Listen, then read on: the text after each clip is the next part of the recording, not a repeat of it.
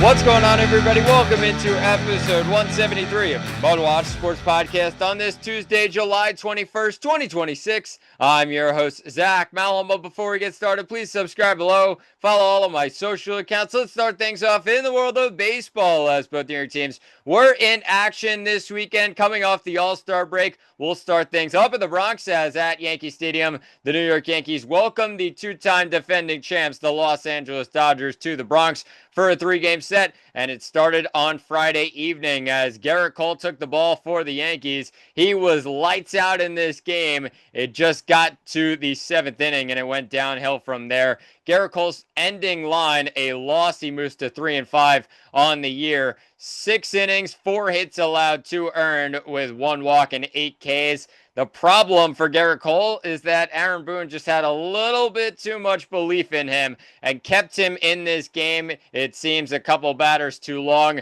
Gerrit Cole with 90 pitches through 6, and Aaron Boone tried to push it as the Yankees led 1-0 heading into that 7th inning.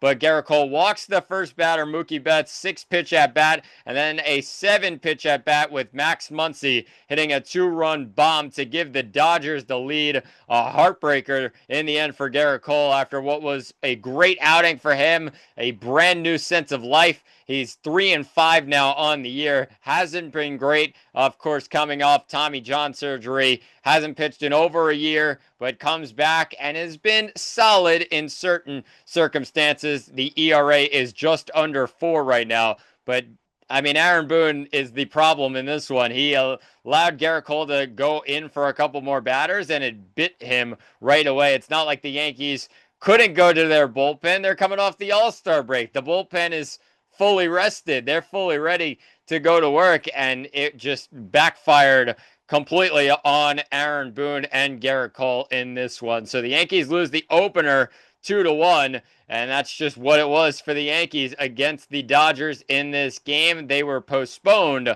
on Saturday night with bad weather in the area in the Bronx. They played a day-night doubleheader in the Bronx on Sunday, and it started with the afternoon game, 12 o'clock start or 12:30 start in the Bronx with Cam Schlittler getting the ball, one of the best pitchers in all of baseball so far this year. And on the other side, he faced Yoshinobu Yamamoto, also one of the best pitchers in all of baseball.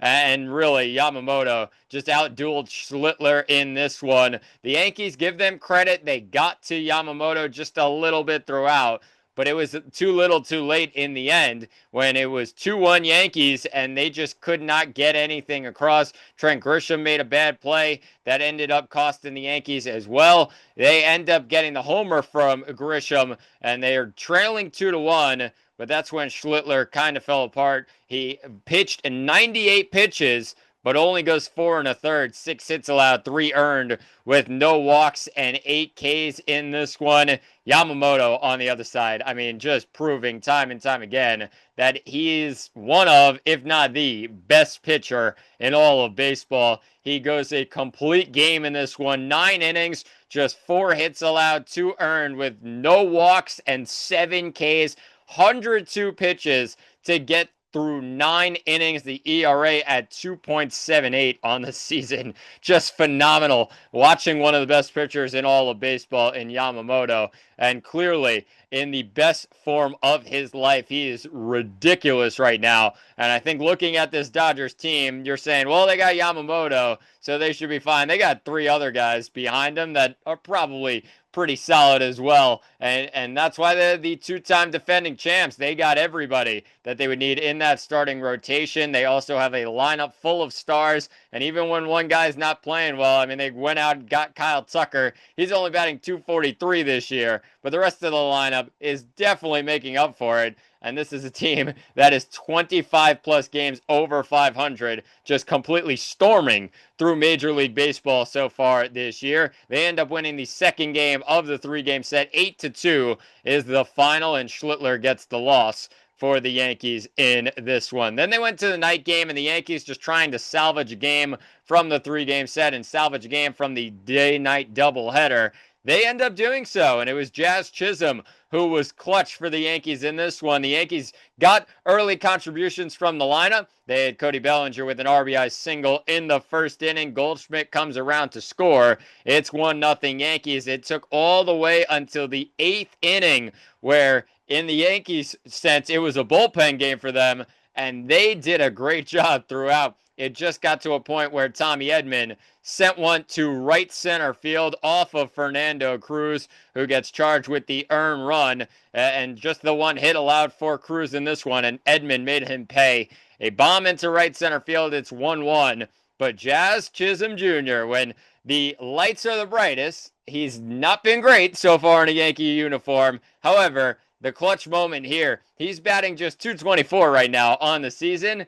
How about Jazz, though, stepping up when it matters? He hits a bomb into left center field, into the bullpen, 402 feet, and gives the Yankees a 2-1 lead, and that's how it would finish. 2-1, the Yankees win this one. David Bednar closes it out with a 5-out save in the end. Great job by him. 32 pitches to get the Yankees over the line in the end. So great job for the Yankees. They end up winning the final game of the 3-game set, 2-1. And of course, a lot of people will look at this series as almost a benchmark of where the Yankees stand right now in terms of a World Series at the end of the year, because that's the ultimate goal.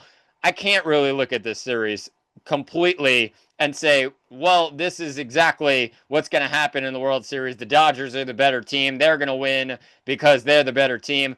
The Dodgers are the better team, no doubt in my mind. But I cannot look at this series where Aaron Judge is absent, Max Fried is absent. You also have Giancarlo Stanton, who's absent. 3 guys, even Fried not, but Judge and Stanton, guys that were impactful when the Yankees played the Dodgers just a couple years ago in the World Series. I can't look at this series and say, well, the Dodgers are going to win the World Series in the end because they're the better team against the Yankees and they're going to defeat them in the World Series. Not so fast. I just can't do that just yet. I think the Yankees are a very solid team that needs a couple more additions, and then I think they could be a real challenger to the Dodgers in a 7-game series. I really think that based on what they have at their capability in the starting rotation. I mean, in my opinion, the Yankees starting rotation is the best in baseball, and the stats back that up as well. They are so loaded when everybody's healthy in that starting rotation that I think they can breeze through a lot of teams in the playoffs this year. And looking at the lineup that's not healthy right now, couple more additions. They do need a catcher, so that's going to be the big one. If they get a catcher, they get maybe a couple more infield depth type of players that can make some contact and play that type of small ball that gives you a different look than some of those other guys in Judge and Stanton and the big boys and Ben Rice in that lineup. That's really where the Yankees get themselves to another level, and they can compete in a series with the Dodgers. I do believe that this Yankees team is set up enough to compete against the Dodgers team when it comes down to it. Will they win? That's the biggest question. I don't think they will right now, how they're built, but let's say they add a couple more pieces. That's going to be a challenging team with that starting rotation, with how dominant that bullpen has been for the Dodgers to go up against. I think the Yankees have belief in themselves. They can't look at this series where they're not fully healthy, though. They lose 2 out of 3 against the Dodgers at Yankee Stadium, and these teams, maybe they'll meet in the future. We'll see what happens with that. But the Yankees then went and stayed at home. They have another 3-game set against the Pittsburgh Pirates, and it started last night, with the Yankees winning 8-5 the final. And guess who else? Jazz Chisholm stepping up once again. The average is almost at 230. It's at 228, but he goes 2 for 4 in the game with a couple of bombs, one of them being more impactful than the other with the 3-run bomb in the first inning. 4-0 Yankees. They led it in the bottom of the first, but then the Yankees were trailing, and Ryan Weathers could not control things in the second and third inning as the Pirates end up putting up 5 runs in the second and third, 3 spot in the second, 2 spot in the third, and the Yankees had to come back from that one. Jazz Chisholm, how about the half inning after that with a 2-run bomb that brings in Cody Bellinger?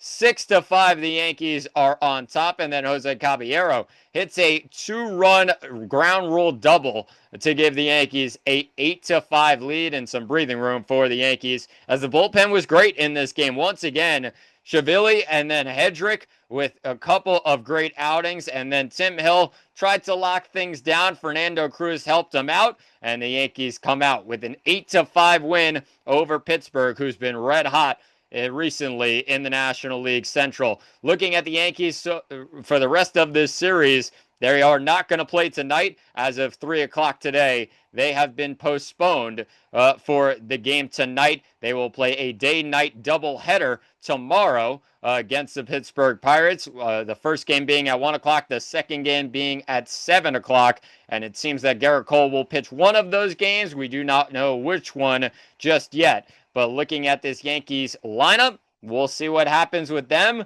The pitching staff, we'll see what happens with them as well. They continue to roll right now and try and eliminate what's happened with those injuries in the lineup and in the rotation. Max Fried looks like he's going to be coming back for the White Sox series at the start of next week. So that's a very positive sign for the New York Yankees, getting one of their aces back in the starting rotation. So we'll see what happens, but make sure you tune in tomorrow, as the Yankees will have two games at Yankee Stadium, 1 o'clock and 7 o'clock. They welcome the Pittsburgh Pirates to town, and we'll see what happens with the Yankees as they take on the Pirates at Yankee Stadium. But shifting things to the other side of New York, as the New York Mets were also in action this weekend, and the Mets, for the first time in a long time, won a series. How about on the road down in Philadelphia?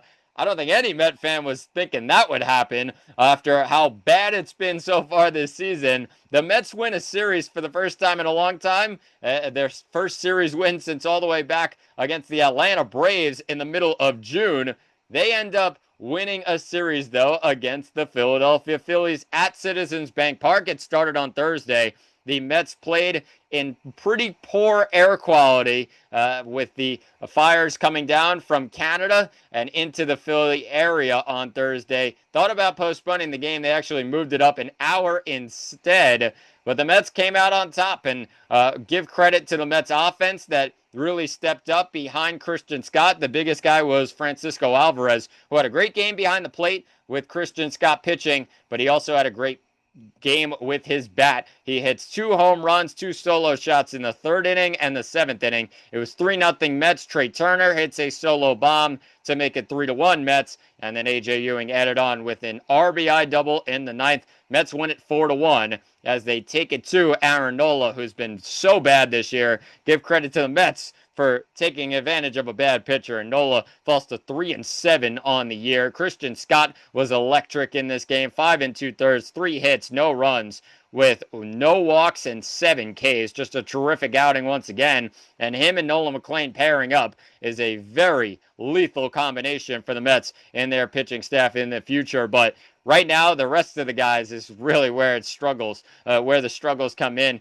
Sean Manaea pitched the next game on Saturday. The Mets got the day off on Friday. They go in action on Saturday, and Sean Manaea was not great in this game, and it doesn't start well when you give up a 2-run bomb to Kyle Schwarber just 2 batters into the game, and it's 2-0 Phillies. Tyrone Taylor added a solo bomb for the Mets to cut it to 2-1, but then Trey Turner again, Alec Bohm with an RBI single, and then Bryce Harper with a 2-run single in the bottom of the 6th to break it open, 6-1. That's how it would finish. Manaea 2-5 on the year now. He goes 4 2/3, 7 hits, 4 earned with 2 walks and 7 Ks. And the Mets offense did not help him out. 3 hits on the day, and their defense did not help them out either. 3 errors as well for the Mets in this one. So a bad outing for Sean Manaea, and the Mets looking to bounce back on Sunday, and somebody showed up for the first time this season.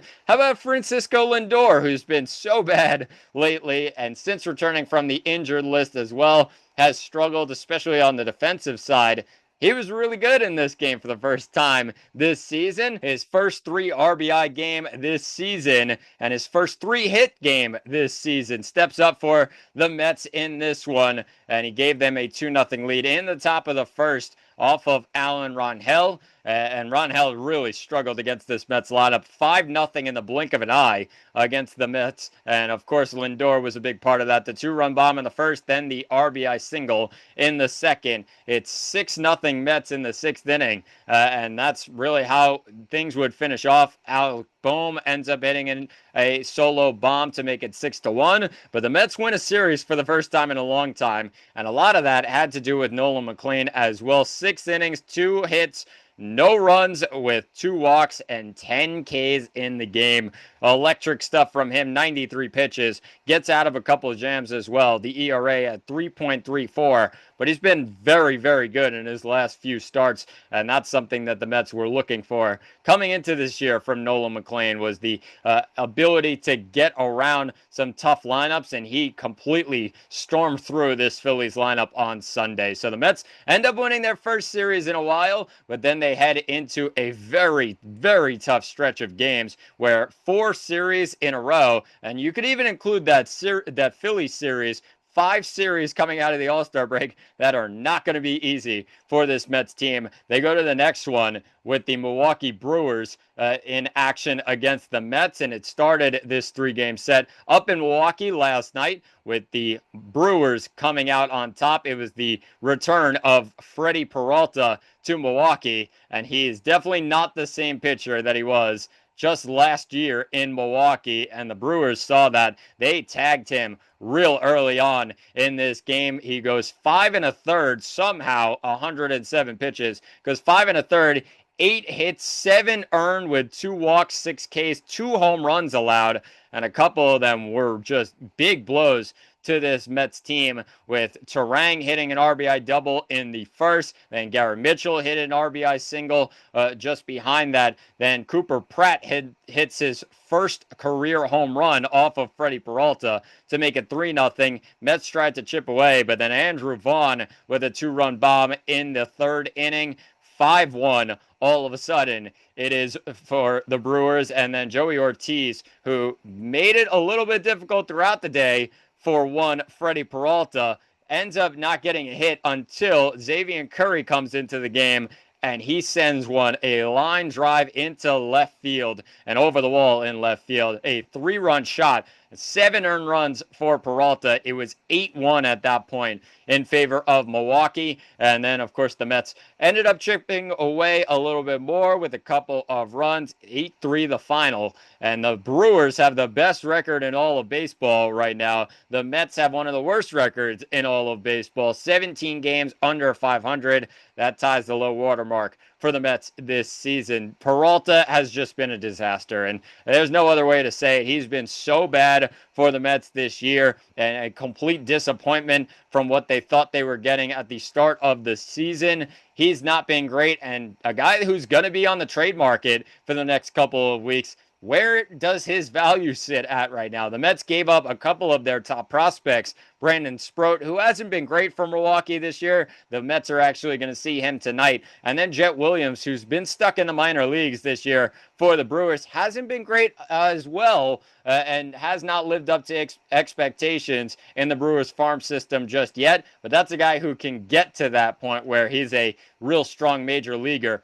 I think looking at the Mets right now, they're definitely not getting what they wanted for Freddie Peralta when they trade him in the next couple of weeks. They have to trade him, is the number one point. They have to get something for Peralta in the end. Of course, he is a free agent at the end of the year, and somebody's going to get him. Somebody's going to go after him, whether it's the Braves, the Yankees, whoever needs some starting pitching help. They will go after Freddie Peralta. But for right now, the value is as low as it's ever been for Freddie Peralta, who falls to 5-9 on the year with an ERA of 5.01 now. Just unreal that we're at this point with Peralta and the Mets. If somebody said that in the middle of January when the Mets traded for him, it would just be real ugly in Met fans' minds. So they end up getting the loss in this one, and Peralta gets another loss on his track record this year. But when you look at the rest of the series, the Mets back in action tonight. It's going to be the young rookie Zach Thornton on the mound once again. He's been really good recently. The last couple of starts have been terrific, and one of them coming against the Philadelphia Phillies, where he was dominant in that game. The ERA sits at 2.60 right now, and you look at the last couple of starts, the Phillies start as well as the Boston Red Sox start. Great stuff from Zach Thornton so far this year. 17 and a third innings so far, and we'll see what he has tonight. Brandon Sproat on the other side, I mentioned, hasn't been great for the Brewers this year. 82 innings pitched so far, 3-4 record, 5.16 ERA. Can the Mets tag him tonight? We'll see what happens. The old friend in Brandon Sproat goes up against the Mets as the Brewers look to continue rolling as the top team in all of baseball. But we'll see what happens with the rest of that series. Christian Scott gets the ball on Wednesday, and then the Mets go home to face the Dodgers, the Braves, and then the Marlins. 3 straight series at Citi Field. Not going to be an easy stretch for New York, and we'll see what happens. But right now, make sure you tune in tonight. 7:40 start up in Milwaukee. Thornton against Sproat as the Mets take on the Brewers at American Family Field. But let's shift things up and finish things off today in the world of soccer as the Spain national team is crowned World Cup champs against Argentina after extra time. The extra time goal comes from Ferran Torres in the 106th minute after Enzo Fernandez got a red card at the end of a regulation between these two teams. Enzo Fernandez sent off after a second yellow equals a red. And of course, the Argentinian national team down to 10 men. They still have Lionel Messi. What can they do? But they were completely outplayed in this game from start to finish. Spain was the better team overall. 65% possession, and that was being kind to the Spain national team. The shots on goal really told the story here. 12 shots on goal for the Spain national team and a whopping 0 for Argentina and Lionel Messi. Just not a great game for them. 11 saves out of Emi Martinez in this one. So that's really going to tell you the story. Spain deserved to win it all. And really, in the end, it is a sad sight to see because Lionel Messi, one of the greatest, if not the greatest, soccer players ever in the history of soccer. He's going to probably bow out after his final World Cup.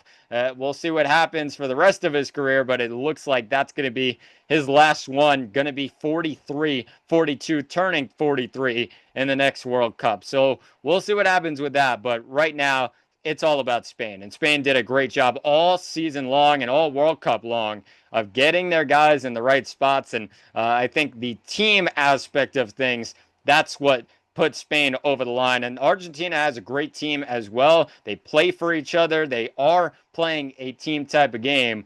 But the rest of Spain, I mean, on the other side, the depth that they were able to bring onto the field, Ferran Torres, who is the hero, came on as a substitute in this game. So it really just tells you the depth that Spain has to offer on their bench. They are completely loaded in this squad. And when you look at the teams that they've beat along the way, being Portugal, who is one of the top teams coming in a lot of people's mind, a bit of a dark horse coming into this World Cup. They beat them with a 1-0 win. Then they go up against the top team in a lot of people's mind in France, the eventual winners of the World Cup. A lot of people thought they end up knocking off France as well. Spain had a very tough path to the final, and they completely stormed through it, allowing just one goal. The one goal came against Belgium, who they ended up beating as well 2-1 in regulation. They did not need extra time in a lot of those games, and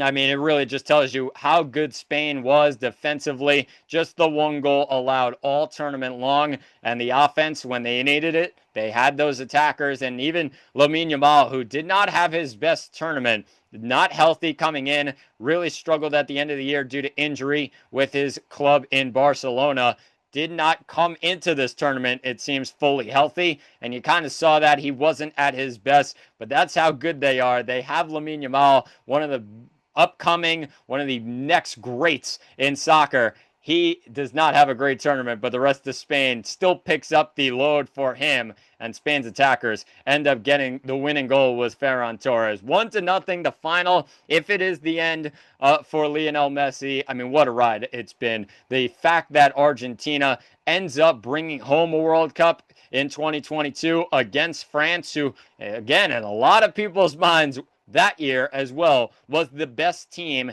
in the entire world. They were loaded after coming off of that 2018 World Cup win. It seemed that nobody would be in front of France in the end. Argentina ends up taking a little bit of luck on their side as well. Late with Emi Martinez, big save. They bring it to penalties, and the rest is history. But Argentina, even being in that situation where they win a World Cup in 22, they go to 2 World Cup finals, 2014 and then 2026. 2014, they were definitely the underdog in that one as well. Germany was the top team in the world by a country mile at that point. And of course, then you look at 2026, and Spain proved that in that game against France, that was really the fight for the World Cup final and who was going to win the World Cup in the end. And Spain came out on top 2-0. That was the difference, in my opinion, all World Cup long, is Spain, just when they needed to, they got over the line. No matter who it took, no matter who they had coming on off the bench, everybody really came together for Spain in this World Cup and took it to Argentina in this game. So Spain win their second World Cup, and both of them have not been easy for the Spanish fans. A little bit stressful, more than other nations, where they win the first World Cup. Andres Iniesta, if you remember, back in 2010, it took extra time in that one to get by the Netherlands, and then it was Ferran Torres who got by Argentina in this one. 1-0 the final in both of them.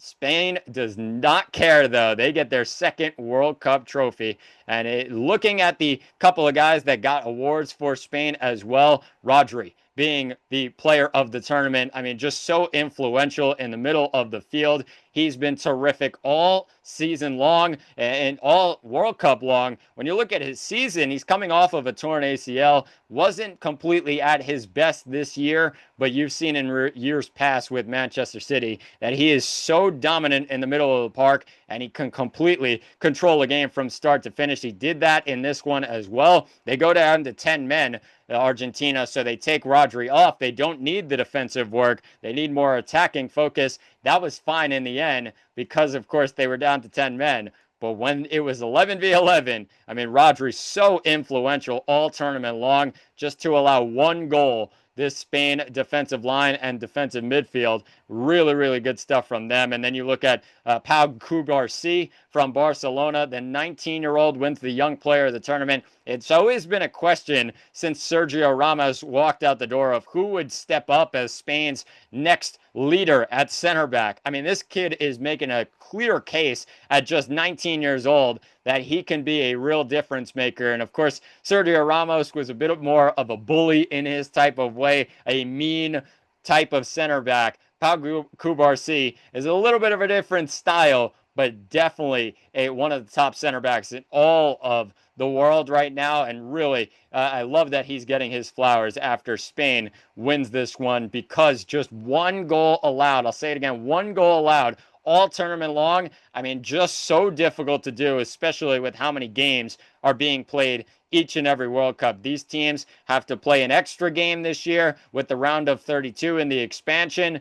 It did not matter. Spain was so dominant defensively, and Pau Cubarsí and the Golden Glove winner Unai Simon in net, they were so influential all World Cup long. And Spain ends up winning the World Cup 1-0 the final. I think it was a crazy World Cup in the end. What a treat for the American viewer and the American population to be able to go see these World Cup games in these big stadiums, plus the fact that they had so many people around them, so many people in these major cities from around the world coming in to see the World Cup. Just what an experience it was, and a very successful World Cup in the end for a lot of the United States. So we'll see what happens as the World Cup is over now. What's going to be the next storyline coming out of soccer? We'll talk about that as the months go on. But a successful World Cup in the end for the United States. And when you look at Spain and Argentina in the final, doesn't get much better than that. 1-0. Spain is the winners